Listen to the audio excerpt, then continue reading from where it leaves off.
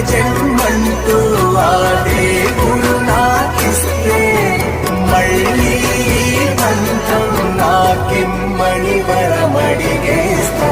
ఎవరేమి అంటున్నా ఎవరేమి చేస్తున్నా అనుబంధమే నాడు తీరనిది. నేనున్న ఈ రోజు నేలేని ఆ రోజు అనురాగం అనురాగం